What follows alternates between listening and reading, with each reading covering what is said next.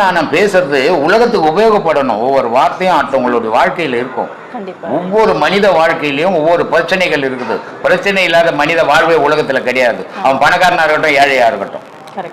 அப்போ நம்ம சொல்ற சொல்லு அவங்களுடைய வாழ்க்கைக்கும் உபயோகமாகணும்.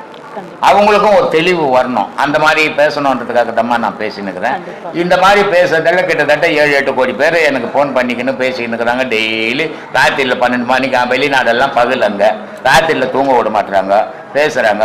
நானும் அதை சலிக்காமல் பேசிக்கின்னு தாங்க. ஏன்னா எல்லா குருமார்களும் யாரு கூட சோசியலாக இருக்குன்றது நான் பார்த்ததில்லை. என்னுடைய வயசில் 74 வயசில் ஒரு குருன்னா அவர் ஒரு பெரிய இதில் பாரு, அவர் சீடருங்க பார்க்க முடியாது, பேச முடியாது. அவங்க சீடருங்களை தான் பார்க்க முடியும். உபதேசங்கள் சீடருங்க கொடுப்பாங்க. குருவை பார்க்கணுன்னா ஒரு 6 மாதம் டைமிங் வாங்கணும். இப்படிலாம் சொல்கிறாங்க. நான் பண்ணதில்லை அப்படிலாம். நான் நடுரோட்டில் உட்காந்து எங்கிட்ட டீ கடையில் எல்லாரும் கூட